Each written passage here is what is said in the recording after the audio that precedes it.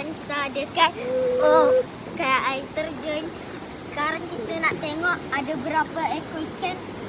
Jadi kita akan cakap ada berapa ikan berbelang ke, ikan biasa ke. Okey, nanti saya akan beritahu saiz dia kecil ni ke, ikan kecil ni ke. Okey, sekejap saya nak tengok. 1, 2, 3.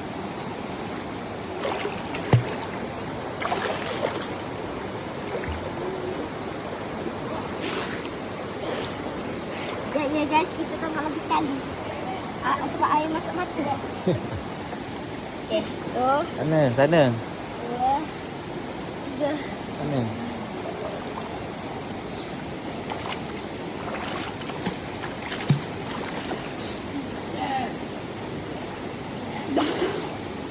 Okey guys.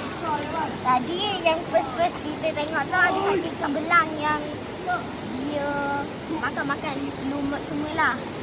Dia saiz dia kecil ni je. Tu yang ikan biasa punya tak ada. Jom kita cek kat sini.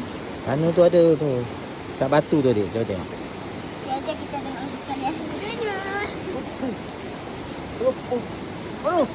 Batu.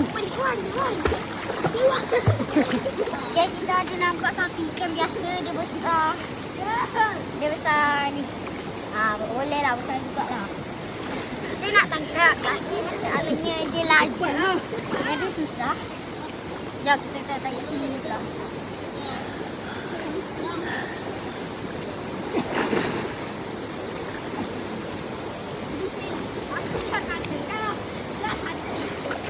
Okay, kalau kawasan sini tak ada ikan.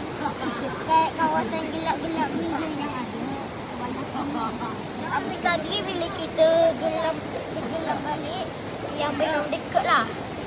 Saya tengok ada banyak. 1, 2, 3, 4, 5 semualah. Ada banyak ikan biasa, ada banyak ikan yang makan.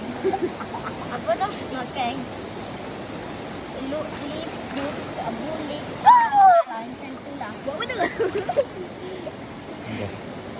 Okay, jadi bye. Nanti kita akan buat video lagi. Bye. Sorry kalau dah lama tak buat.